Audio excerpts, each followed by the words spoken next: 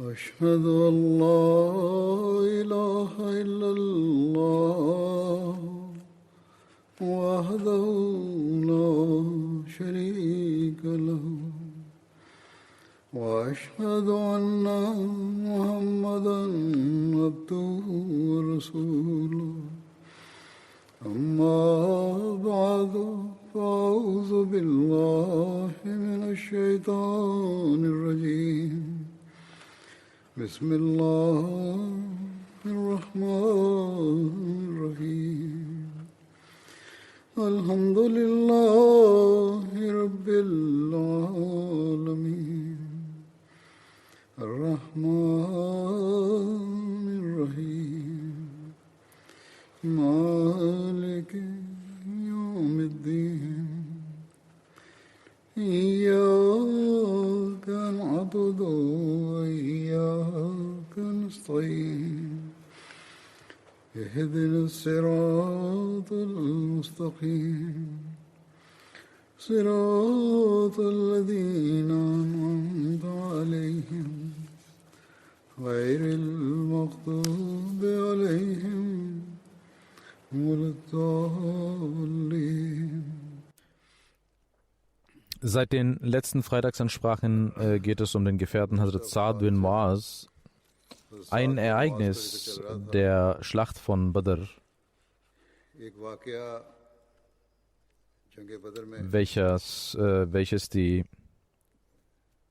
Treue der Gefährten zeigt und über das ich auch in der vergangenen Ansprache gesprochen habe.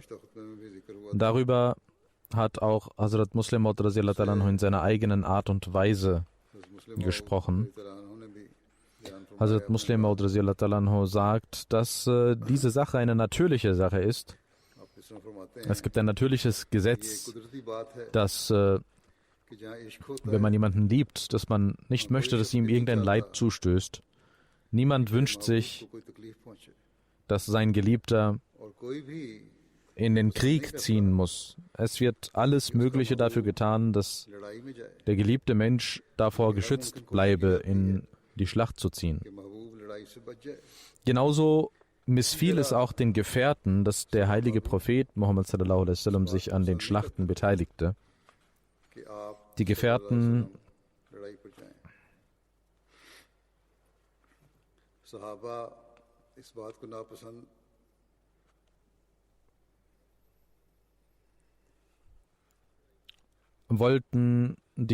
hatten nicht irgendein Bedrücknis, Erschwernis für ihre eigene Schlacht oder ihre eigene Teilnahme an der Schlacht, sondern sie hatten den innigen Wunsch, dass der heilige Prophet Muhammad sallallahu alaihi wasallam von diesen Kämpfen fernbliebe. So wie jeder Geliebte das auch für seinen Geliebten wünscht. Wir können viele Belege in der Geschichte finden, die zeigen,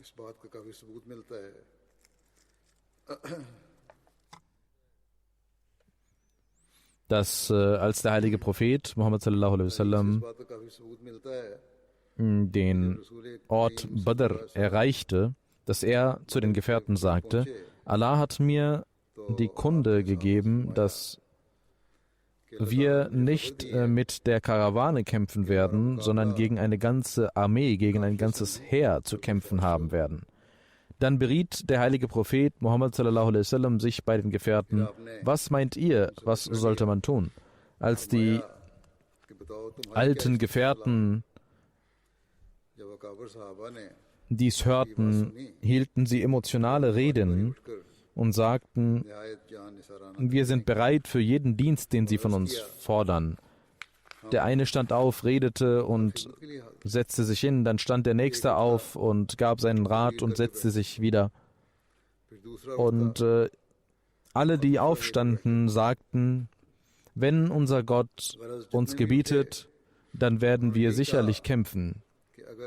Und wenn jemand einen Rat gab und sich setzte, da sagte der heilige Prophet Muhammad sallallahu alaihi wasallam weiter: Gebt mir einen Ratschlag, gebt mir einen Ratschlag. Der Grund dafür war, dass all die Gefährten, die aufgestanden waren und ihre Ratschläge erteilt hatten, dass dies alles die ausgewanderten Gefährten von Mekka waren.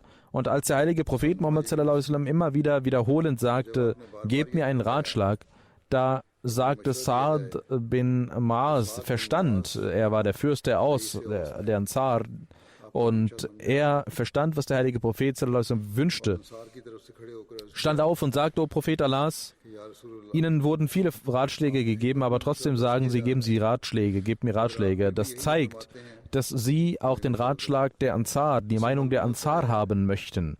Wir waren still, nur aus dem Grund, dass wenn wir bereit wären zu kämpfen oder wenn wir darüber etwas sagen, dann würden die ausgewanderten Gefährten denken, wir würden ihr Volk bekämpfen wollen. Aber er sagte: O Prophet Allahs, vielleicht denken Sie über den Vertrag von Bait Aqba, bei dem von unserer Seite die Bedingung festgelegt wurde, dass wenn der Feind Medina angreifen sollte, dass wir dann Medina verteidigen werden. Aber wenn wir außerhalb von Medina kämpfen müssten, dann wären wir nicht verantwortlich dafür. Der heilige Prophet Muhammad sallallahu alaihi wasallam sagte: Ja, richtig, genau das ist es. Saad bin Maas sagte: O Prophet Allahs, damals, als wir sie nach Medina holten, hatten wir die Stellung ihrer selbst nicht vollständig verstanden. Nun haben wir sie mit unseren eigenen Augen gesehen. Dieser Vertrag hat überhaupt keine Bedeutung mehr für uns.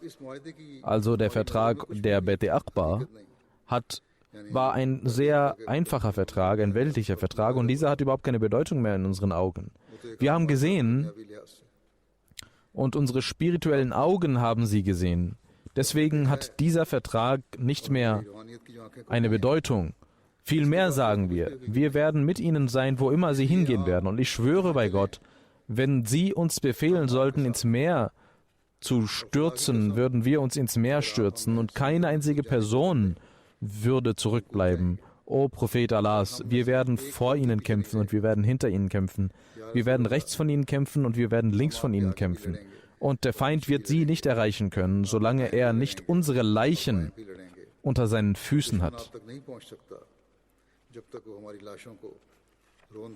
Hazrat Muslim Maud radiallahu ta'ala anhu erklärt den Vers 12 der Surat Ar-Ra'd. Dort heißt es: Lahu mu'aqibatum min bayni yadayhi wa min khalfihi.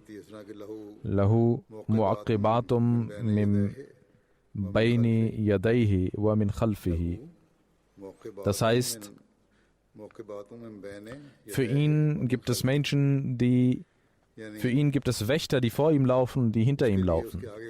Der zweite Kalif sagt, diesen Vers erklärend, dass die ganze Ära des heiligen Propheten Muhammad sallallahu alaihi wasallam, sein ganzes Prophetentum, ein Beweis für diesen Schutz ist. Allah hatte ihm versprochen, dass er ihm diesen Schutz geben wird.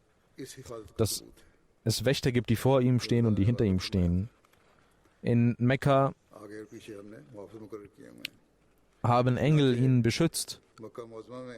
Sonst hätte er innerhalb der Feinde überhaupt nicht überleben können, die ihn umzingelt hatten.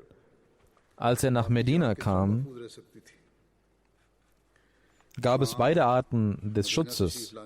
Der heilige Prophet sallallahu alaihi wasallam bekam beide Arten von Schutz. Sowohl Engel des Himmels als auch Engel der Erde beschützten ihn, das heißt die Gefährten. Die Schlacht von Badr ist ein Zeuge dieses inneren wie äußeren Schutzes, dieses himmlischen wie irdischen Schutzes. Als der heilige Prophet Muhammad sallallahu alaihi wasallam nach Medina ging, hatte er einen Vertrag geschlossen. Wenn er außerhalb von Medina kämpfen würde, würden die Medinenser nicht verpflichtet sein, ihn zu unterstützen. Bei der Schlacht von Badr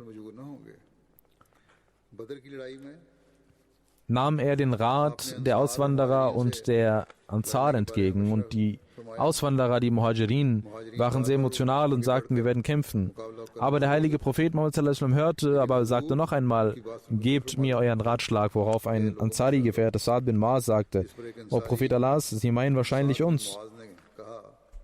Der heilige Prophet sallallahu alaihi wasallam sagte, ja. Er sagte, Sicherlich haben wir einen Vertrag mit dem heiligen Propheten geschlossen, dass wenn wir draußen kämpfen müssten, dass wir nicht verpflichtet wären, sie zu unterstützen. Aber das war eine ganz andere Zeit. Jetzt, wo wir gesehen haben, dass sie, der heilige Prophet Muhammad sallallahu alaihi wasallam, der Prophet Allahs sind und mit Wahrheit gekommen sind, ist dieser Ratschlag überhaupt nicht mehr notwendig. Wenn der heilige Prophet uns befiehlt, dann würden wir mitsamt unserer Pferde uns ins Meer stürzen. Wir würden nicht, wie die Gefährten Mose sagen, geht und kämpft, du und dein Herr, und wir sitzen hier, sondern wir werden links und rechts und vorne und hinter Huzur kämpfen. Und der Feind wird sie nicht erreichen können, ohne dass er unter seinen Füßen unsere Leichen sieht. Hazrat Muslim Maud sagt, diese aufrichtigen Gefährten sind in meinen Augen solche Mu'aqibat, also solche Wächter, die der heilige Prophet Muhammad sallallahu alaihi wasallam, die Allah für den Schutz des heiligen Propheten Muhammad sallallahu alaihi wasallam eingerichtet hatte. Ein Gefährte sagte, dass ich mit dem heiligen Propheten sallallahu alaihi wasallam an 13 Schlachten teilgenommen habe. Und ich habe immer den Wunsch gehabt,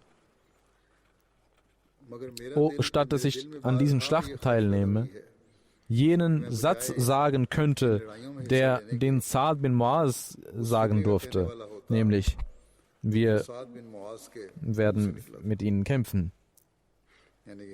Bei der Schlacht von Badr,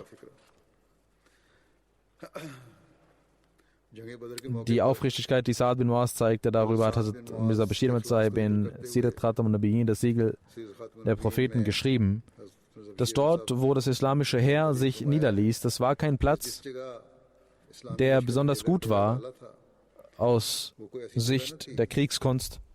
Hubab bin Munzir hatte den heiligen Propheten sallallahu alaihi wasallam gefragt, sind wir an diesem Ort aufgrund der Offenbarung Gottes oder ist das eine militärische Strategie, warum wir uns hier befinden? Der heilige Prophet Muhammad sallallahu alaihi wasallam sagte, ich habe keine göttliche Offenbarung dazu bekommen. Wenn du einen Ratschlag hast, dann gebe mir diesen. Hubab sagte,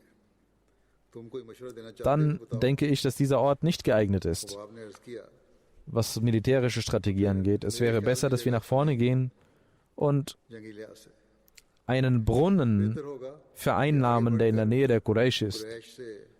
Ich kenne diesen Brunnen, diese Quelle. Das Wasser ist gut und es reicht völlig aus für uns. Der heilige Prophet Muhammad sallallahu alaihi wasallam, ihm gefiel dieser Vorschlag, und da die Quraysh noch weiter weg waren, auf der anderen Seite waren und diese Quelle noch frei war, gingen die Muslime dorthin und besetzten diese Quelle. Aber, wie es im heiligen Koran heißt, das Wasser war nicht genug in dieser Quelle und die Muslime hatten mit Wassermangel zu kämpfen. Und auf der Seite, auf der die Muslime waren, waren sie nicht so geschützt, weil dort viel Sand war, weswegen ihre Schritte auch nicht fest waren. Nachdem man den Ort ausgesucht hatte, schlug Sa'd bin Mu'az vor, machte einen Vorschlag, und die Gefährten errichteten ein Zelt für den heiligen Propheten sallallahu alaihi wasallam, und Sa'd ließ das Kamel des heiligen Propheten dort zusammenbinden und sagte, bitte nehmen Sie dort Platz zum heiligen Propheten sallallahu alaihi wasallam, und wir werden den Feind bekämpfen im Namen Allahs. Wenn Allah uns den Sieg gewährt, dann, und das ist unser inniger Wunsch, dann Alhamdulillah. Aber wenn, Gott bewahre, es zu Schwierigkeiten kommt, dann sollten Sie Ihr Kamel bereiten und nach Medina zurückkehren mit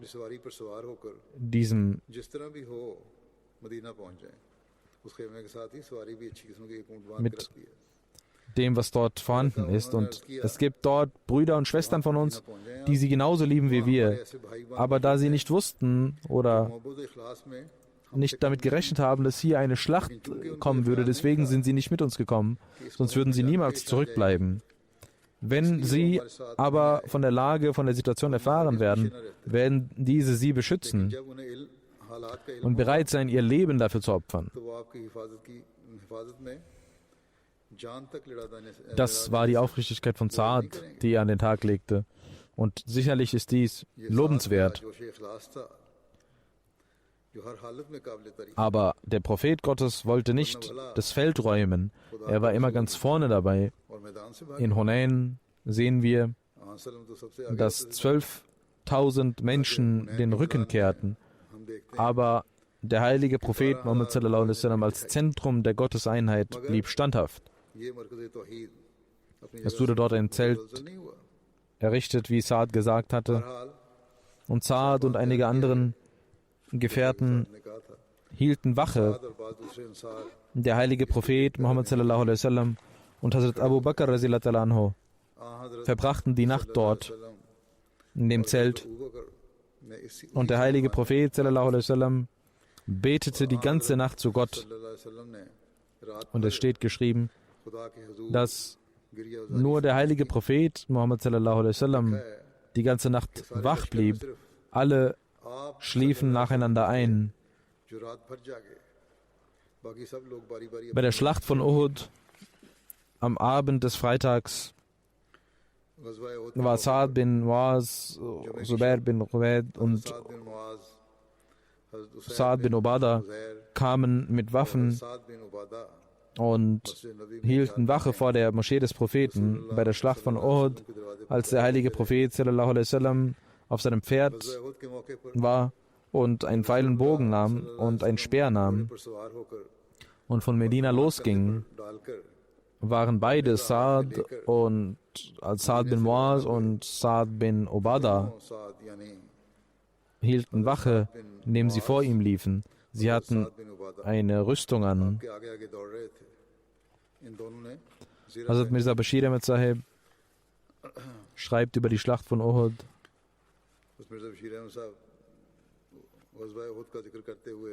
Der heilige Prophet Muhammad sallallahu alaihi wasallam ging von Medina raus nach dem Gebet von Asr. Die Fürsten von Khazraj und Aus, Saad bin Muaz und Saad bin Ubadah, liefen vor seinem Pferd und die restlichen Gefährten waren rechts und links und hinter ihm. Als der heilige Prophet sallallahu alaihi wasallam von der Schlacht von Uhud zurückkehrte nach Medina und von seinem Pferd herabstieg, stützte er sich bei Hazrat Saad bin Muaz und Hazrat Saad bin Ubadah und ging nach Hause. Hazrat Saad bin Muaz' Mutter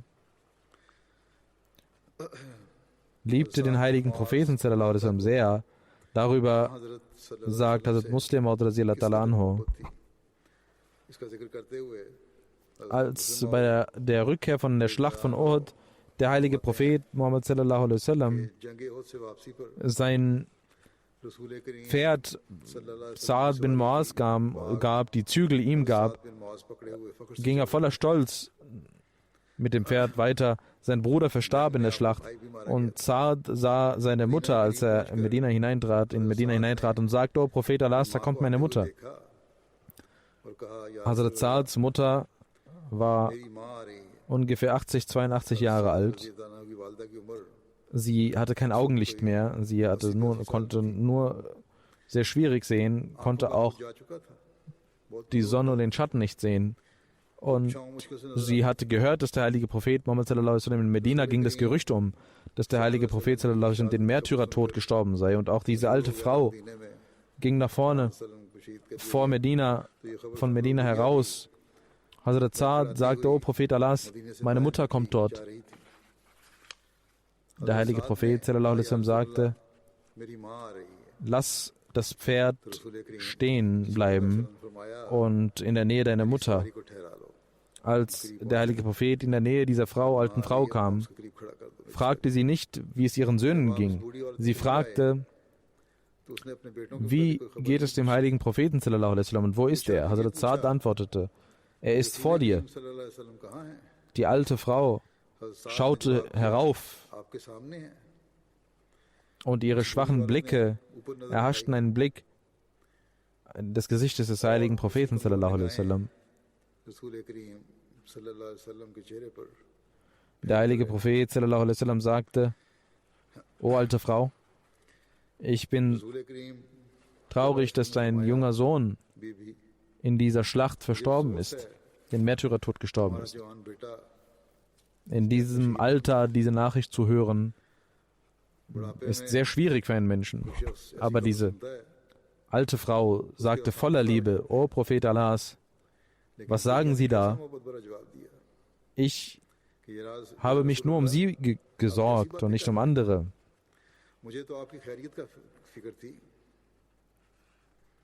Hazrat Muslim Maud hat über dieses Ereignis berichtet und er spricht die Frauen an, Hazrat Muslim Maud spricht die Frauen an in dieser Rede, indem er sie aufmerksam macht über das Tabligh. Er sagt, dass das die Frauen waren, die für die Verbreitung des Islams und für das Tabligh des Islams mit den Männern gingen, Schulter an Schulter. Das waren die Frauen, deren Opfer die ganze islamische Welt stolz machen. Auch ihr habt den Anspruch heutzutage, diejenigen Frauen, die an den verheißenen Messias glauben, dass ihr sagt, dass ihr an den verheißenen Messias geglaubt habt. Und der verheißene Messias ist eine Widerspiegelung des heiligen Propheten sallallahu alaihi wasallam. In anderen Worten seid ihr die Widerspiegelung der Gefährtinnen. Aber sagt, habt ihr jenen Enthusiasmus für den Glauben, den die Gefährtinnen hatten? Habt ihr jenes Licht in euren Herzen, welches in den Herzen der Gefährtinnen war? Sind eure Kinder genauso fromm und rechtschaffen wie die Nachfahren der Gefährtinnen? Wenn ihr nachdenkt,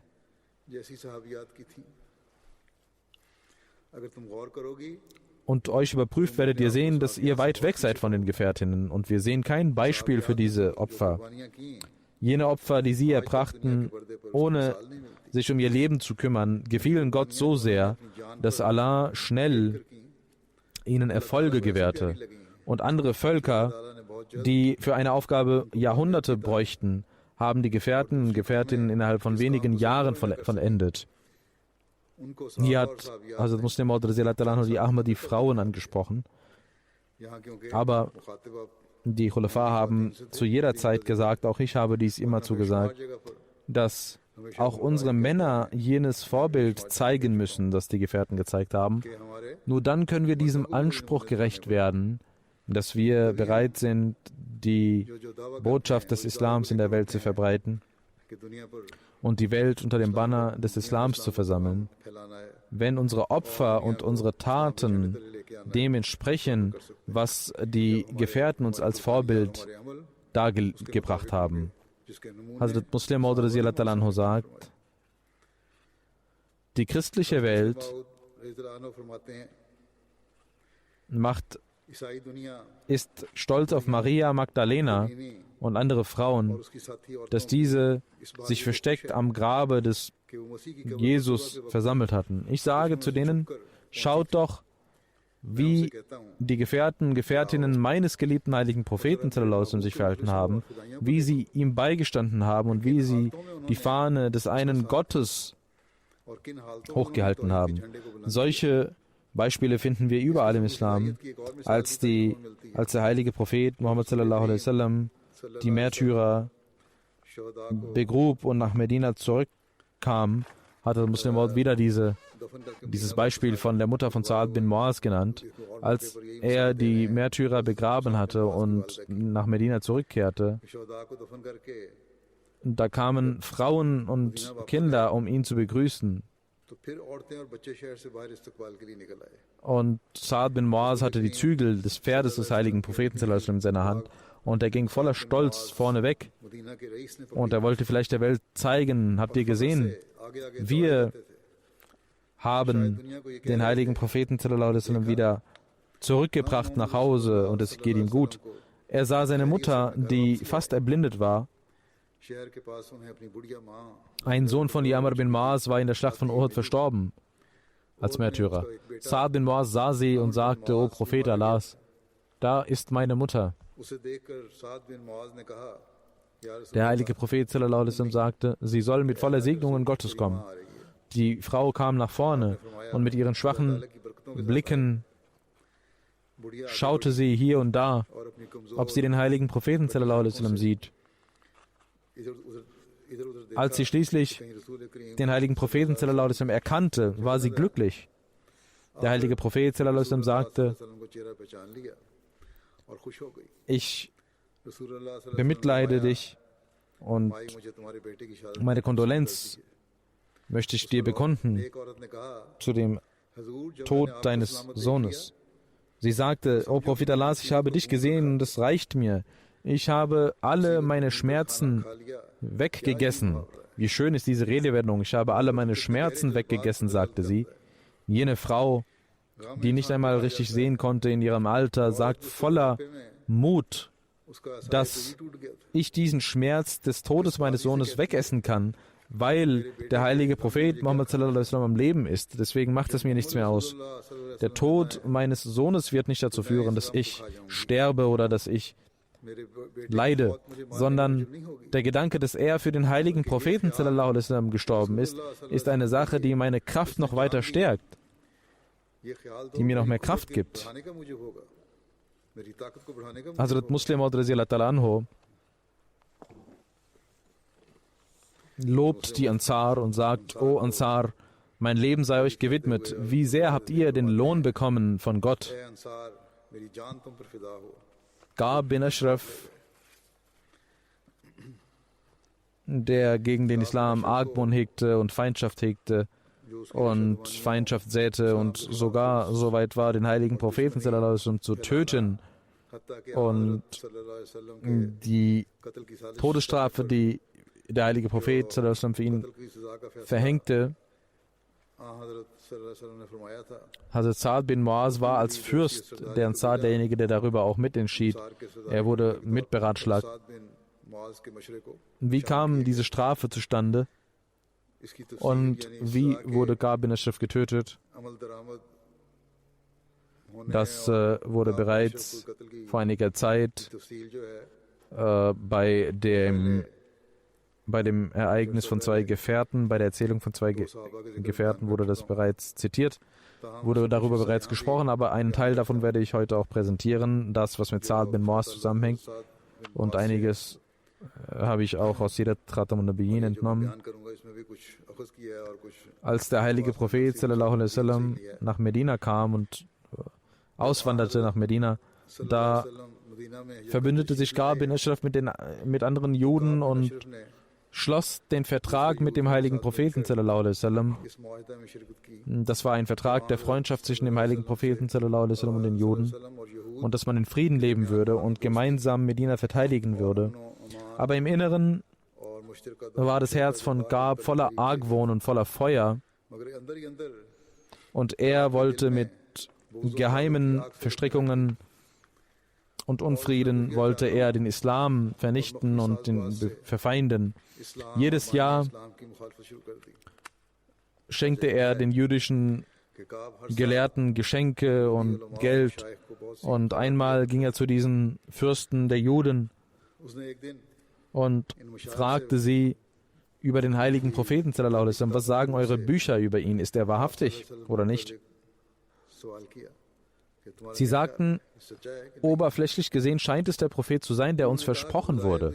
In unserer Lehre ist von einem solchen Propheten die Rede.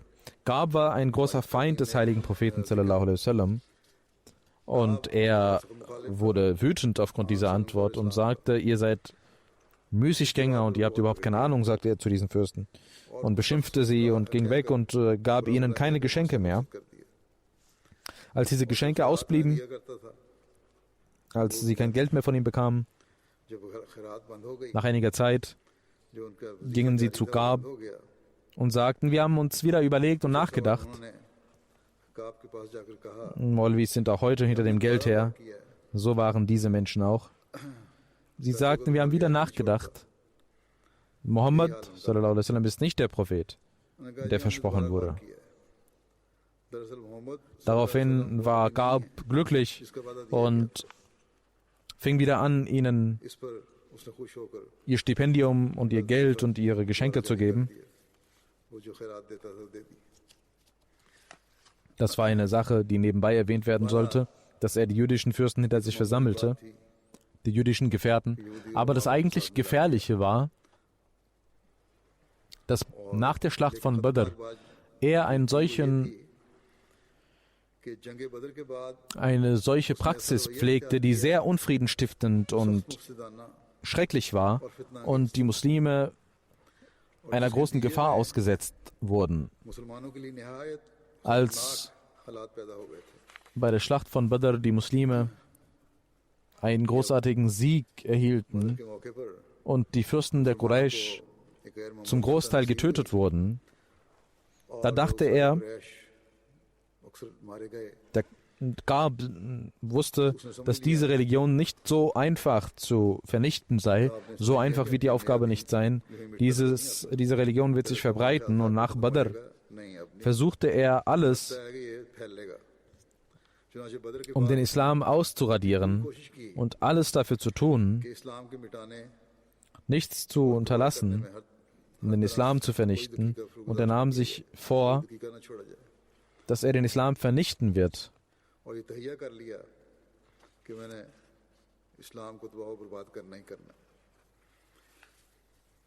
Und wie ich gesagt habe, nach dem Sieg der Muslime bei Badr war er voller Wut und Zorn. Als er beschloss, aufgrund dieses Zorns, dass er den Islam vernichten wollte, bis zuletzt im Atemzug, da nahm er seine 7 Sachen zusammen und wollte nach Mekka gehen. Und durch seine Rhetorik und durch seine Verse, Strophen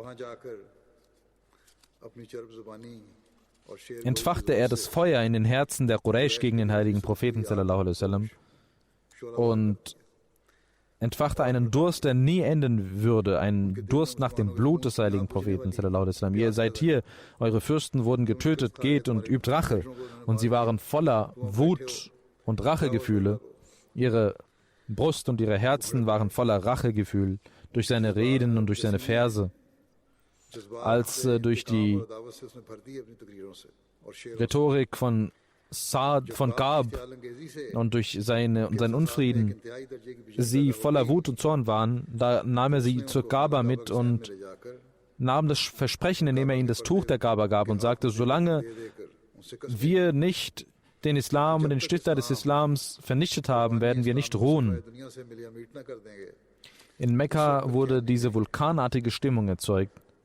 Und es blieb nicht dabei, sondern dieser unglückselige Mensch versammelte andere Stämme Arabiens und ein Stamm nach den anderen besuchte er in der arabischen Welt und wollte eine Armee gegen die Muslime versammeln. Und dann kam er nach Medina zurück und seine islamfeindlichen Bemühungen wurden verstärkt und die Nicht-Muslime durch seine Strophen und durch seine Reden, auch die Juden, stachelte er gegen die Muslime an und er beleidigte die muslimischen Frauen auf eine unziemende Art und Weise.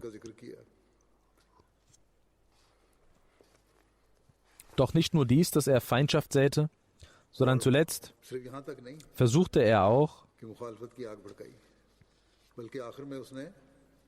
durch eine Intrige den heiligen Propheten sallallahu alaihi wasallam zu töten und durch eine Einladung, er lud den heiligen Propheten sallallahu alaihi wasallam ein und einige jüdischen Jugendlichen wurden beauftragt, ihn zu töten. Das wurde geplant.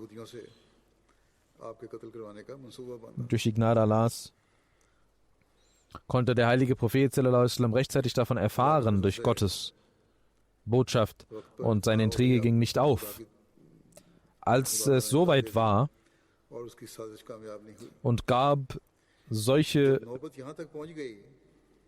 Vertragsbrüche zeigte, rebellisch war, es war eine Rebellion gegen die Regierung, Unfrieden, Verbreitung von Verleumdungen und der Versuch des Mordes, das waren die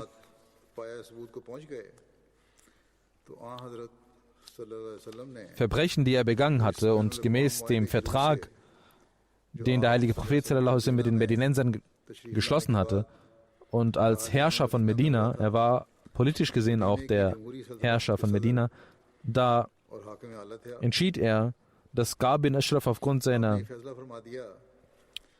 Machenschaften getötet werden muss und er gebot einigen Gefährten, ihn zu töten.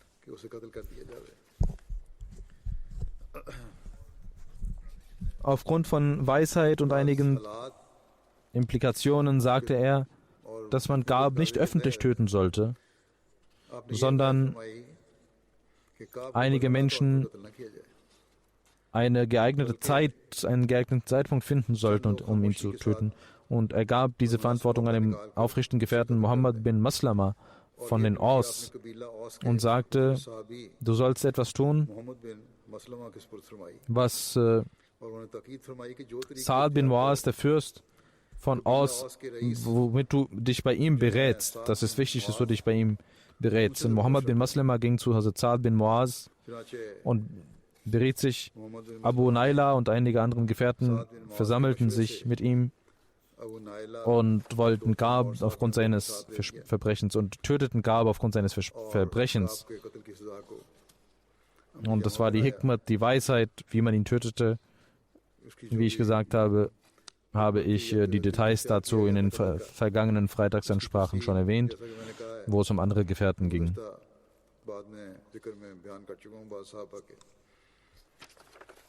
Diese Hikmat, durch diese Weisheit, wurde er nachts von seinem Haus herausgelockt und getötet.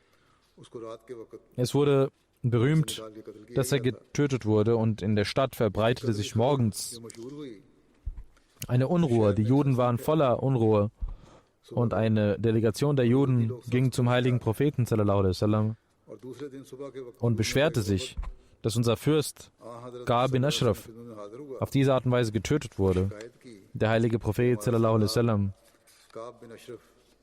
hörte ihnen zu und sagte, wisst ihr nicht, welche Verbrechen Ka'b begangen hat? Es ist richtig, dass er getötet wurde, aber welche Verbrechen hat er denn begangen? Er hat seine Strafe bekommen.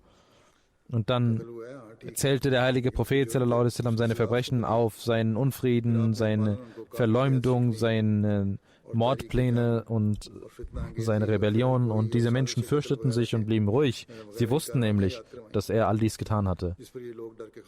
Der heilige Prophet Muhammad sallallahu alaihi wasallam sagte zu ihnen, ihr solltet zumindest für die Zukunft wissen, dass man in Frieden leben sollte und Rebellion und Unfrieden nicht verbreiten sollte. Die Juden willigten ein, und für die Zukunft wurde ein neuer Vertrag geschlossen. Und die Juden versprachen mit den Muslimen, in Frieden zu leben, und versprachen dies ein weiteres Mal. Und dieser neue Vertrag wurde auf ein weiteres geschrieben. In der Geschichte ist nirgendwo geschrieben, dass die Juden die Tötung von Ka'b bin Ashraf danach angeprangert hätten, weil ihre Herzen wussten, dass Ka'b seine gerechtfertigte Strafe erhielt. Das war die Strafe, die er aufgrund seiner Verbrechen erhielt. Der heilige Prophet verleugnete diese Tötung gar nicht, sondern zählte auf, was er alles getan hatte. Und das war seine Entscheidung als Herrscher von Medina. 2 Fürsten von Medina hatten auch ihren Ratschlag dazu gegeben, 2 muslimische Fürsten, Sa'ad bin Mu'az unter anderem. Der jüdische Stamm Banu Nazir hatte den heiligen Propheten sallallahu alaihi wasallam töten wollen durch einen Stein, durch einen Fels. Der heilige Prophet sallallahu alaihi wasallam erfuhr durch Offenbarung davon, und er ging zu den Menschen dieses Stammes mit seinen Gefährten und ging sofort zurück nach Medina, als er davon erfuhr. Der heilige Prophet sallallahu alaihi wasallam lud später gab er den Befehl, diesen Stamm zu umzingeln. 4 Hijri Rabiul Awwal, im Jahr 4 nach der Hijra, musste der heilige Prophet sallallahu alaihi wasallam die Banu Nazir bekämpfen, weswegen dieser Stamm von Medina vertrieben wurde. Als der heilige Prophet Muhammad sallallahu alaihi wasallam in der Schlacht von Banu Nazir die Kriegsbeute bekam, lud er Sabit bin Qais ein und sagte: Bring dein Volk zu mir. Also Sabit sagte: O Prophet Allahs sallallahu alaihi wasallam, meinen Sie die Khazraj? Der heilige Prophet sallallahu alaihi wasallam sagte: alle Ansar, egal welchem Stamm sie angehören. Und er versammelte Aus und Khazraj beim heiligen Propheten sallallahu alaihi wasallam. Der heilige Prophet sallallahu alaihi wasallam sprach sie an und er lobpreiste Allah, und dann sprach er über das Unrecht.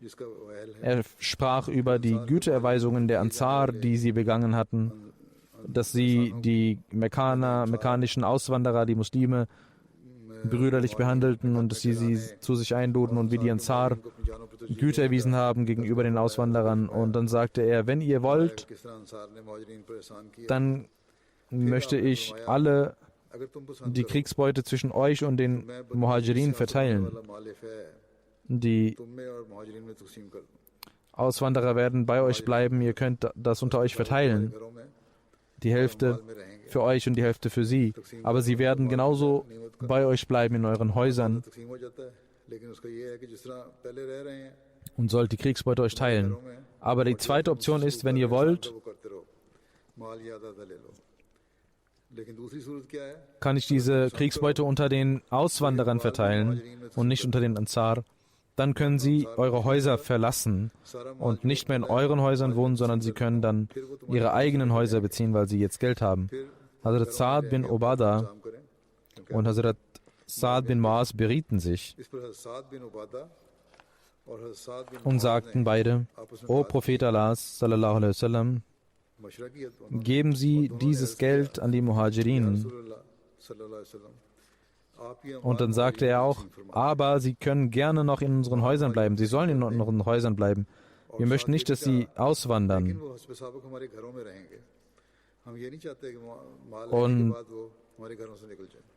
Und genauso brüderlich werden wir mit ihnen wohnen wie vorher. Und sie sagten: Wir sind bereit und wir haben überhaupt keine Bedenken, wenn sie alles den Muhajirin geben. Der heilige Prophet sallallahu alaihi wasallam sagte: O Allah, sei gütig den Ansar gegenüber und den Kindern von Ansar. Und der heilige Prophet sallallahu alaihi wasallam verteilte die Kriegsbeute unter den Muhajirin, unter den Auswanderern und gab nichts den Ansar, außer zwei bedürftigen Menschen, Sahal bin Hunayf und Abu Dujana. Und der heilige Prophet sallallahu alaihi wasallam gab Sa'ad bin Muaz ein Schwert der Juden, welcher sehr berühmt war. Er gab ihm nur ein Schwert. Als das Ereignis von Ifk passierte und Hazrat Aisha ein Vorwurf gemacht wurde und der heilige Prophet Muhammad sallallahu alaihi wasallam und Hazrat Aisha radhiyallahu ta'ala anha und seine Familie und ihre Familie voller Schmerz, voller Leid eine Zeit durchmachten mussten und diese falsche Behandlung durch die Heuchler erfuhren. Einige Zeit danach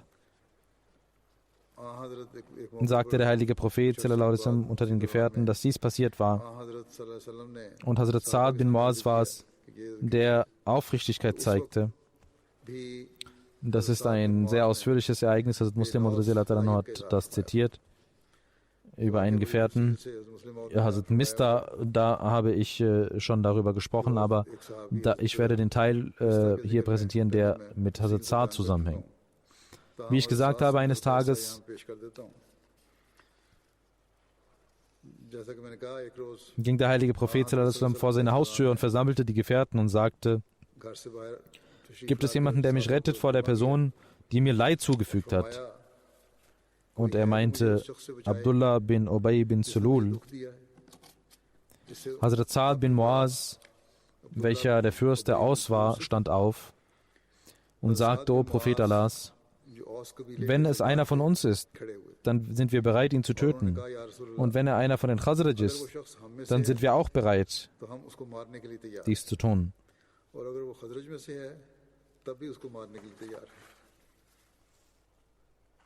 Während der Schlacht von dem Graben hatte Abu Sufyan den Fürst von Banu Nazir, Goi,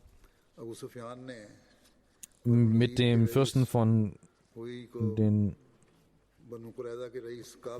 anderen Stamm verbündet, und er wollte, dass man den Vertrag mit den Muslimen kündigt. Er zeigte ihnen Gärten und rief sie dazu auf, den Vertrag zu brechen, und sie stimmten dem zu irgendwann. Und sie sagten, dass sie den Ungläubigen sogar helfen werden gegen die Muslime. Dieses Ereignis erläuternd schreibt Hazrat Mirza Bashir Ahmad Sahib in Sirat Khatam Nabin, Siegel der Propheten: Der heilige Prophet Muhammad sallallahu alaihi wasallam erfuhr von dieser Rebellion der Banu Qurayza, und ein, zweimal schickte er Zubair bin Awam als Spion, um herauszufinden, was passiert war, und dann öffentlich schickte er Sa'ad bin Muaz und Sa'ad bin Ubada von Khazraj und Aus und einige anderen Gefährten als Delegation zu den Banu Qurayza und wies sie an, dass wenn wir etwas erfahren, dann sollen sie, diese Menschen, wenn es eine Nachricht gibt, sollen sie diese geheim halten. Als sie die Häuser von Banu Qurayza erreichten und zu dem Fürsten Ka'b bin Asad gingen, war dieser unglückselige Mensch sehr hochmütig und traf sie voller Hochmut. Und beide Sa'ad bin Muaz und Sa'ad bin Ubada sprach er an. Als sie den Vertrag ansprachen, beleidigte er sie und sagte: Geht zurück zum Muhammad sallallahu alaihi wasallam.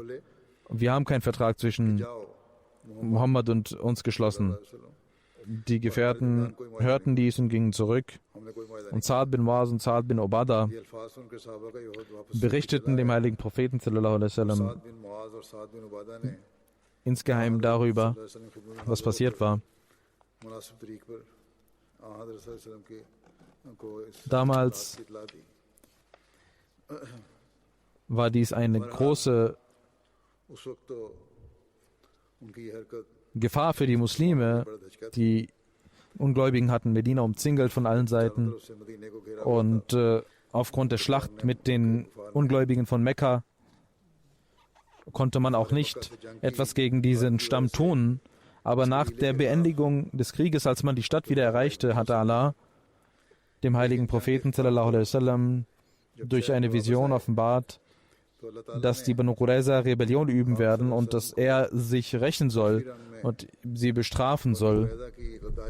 Daraufhin gab der heilige Prophet sallallahu alaihi wasallam bekannt, dass man sich aufmachen sollte zu den Schlössern der Banu Qurayza, und dort würde man das Namaz-e Asr verrichten, und er schickte Hazrat Ali radhiyallahu anhu als Delegation mit einigen Gefährten voraus. Und über diese Schlacht, das ist eine längere Erzählung, wo es auch über Sa'ad bin Muaz gehen wird, wie er eine Entscheidung traf, und inshallah werde ich dies in den nächsten Freitagsansprachen darüber sprechen.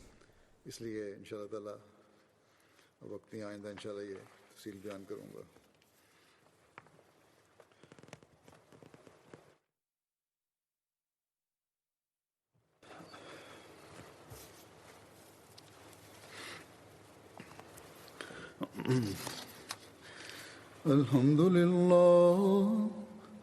لله نحمده ونستعينه ونستغفره ونؤمن به ونتوكل عليه ونعوذ بالله من شرور أنفسنا ومن سيئات أعمالنا من يهده الله فلا مضل له ومن يضلله فلا هادي له ونشهد أن لا إله إلا الله ونشهد أن محمدا عبده ورسوله عباد الله رحمكم الله إن الله يأمر بالعدل والإحسان